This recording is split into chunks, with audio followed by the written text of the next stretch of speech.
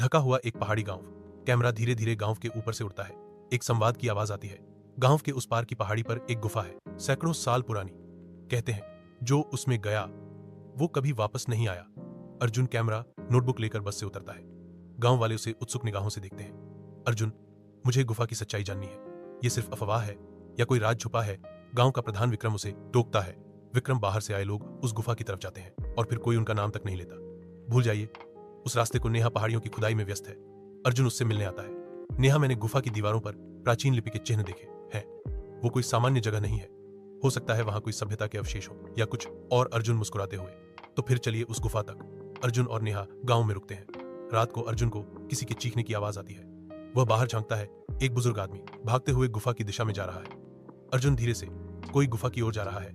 वो उसका पीछा करता है लेकिन जंगल में खो जाता है। एक साधु अचानक सामने आता है। साधु जो खोजते हैं वो गुम हो जाते हैं, जो डरते हैं वो बच जाते हैं। अर्जुन और नेहा अगले दिन गुफा में प्रवेश करते हैं। हाथों में टॉर्च, दीवारों पर चित्र, कुछ देवी देवताओं के, कुछ बलि और राक्षस जैसे अजीब चित्र। नेहा, यह शिलालेख बताता है कि यहाँ एक तांत्रिक बलि स्थल था, शायद किसी काली पूजा के लिए। टॉर्च की रोशनी में दीवार हिलती है। एक गुप्त दरवाजा खुलता है। एक बड़ा गुप्त कक्ष, अंदर एक पत्थर की वेदी और उस पर खून के धब्बे। नेहा एक मूर्त की ओर इशारा करती है।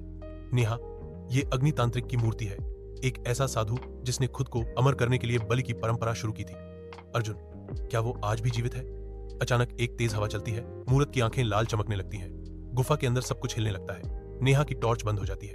एक रहस्यमयी परछाई दोनों के पास आती है। साधु की आवाज गूंजती हुई, जिसने राज खोलने की कोशिश की वो अब गुफा का हिस्सा बन जाएगा। अर्जुन एक शिला उठाकर परछाई पर फेंकता है। वो गायब हो जाती है। दोनों भागकर गुफा से बाहर आते हैं। गांव लौटकर अर्जुन और नेहा संतोषी दादी से मिलते हैं। दादी बताती हैं कि साधु कभी नहीं मरा, उसने अपनी आत्मा गुफा में बांध दी थी। हर साल बलि देने के लिए वह किसी को बुलाता है। दादी, अब तक जो लोग गए वो उसकी आत्मा का हिस्सा बन गए हैं। अर्जुन, हमें सरकार को यह बताना होगा, ये सिर्फ इतिहास नहीं, खतरा है। अर्जुन अपने कैमरे के फुटेज को देख रहा है, लेकिन उसमें जो साधु दिखा था वह अब उसमें नहीं है। अर्जुन धीरे से, क्या वो अब भी मेरे साथ है? पीछे एक परछाई खड़ी है। अर्जुन मुड़ता है लेकिन वहां कुछ नहीं होता। कैमरा धीरे धीरे बाहर की ओर जूम करता है। गुफा के अंदर फिर से वो मूर्ति दिखती है। एक नई आंख खुलती है। साधु की गूंजती आवाज, हर राज एक नई बलि मांगता है।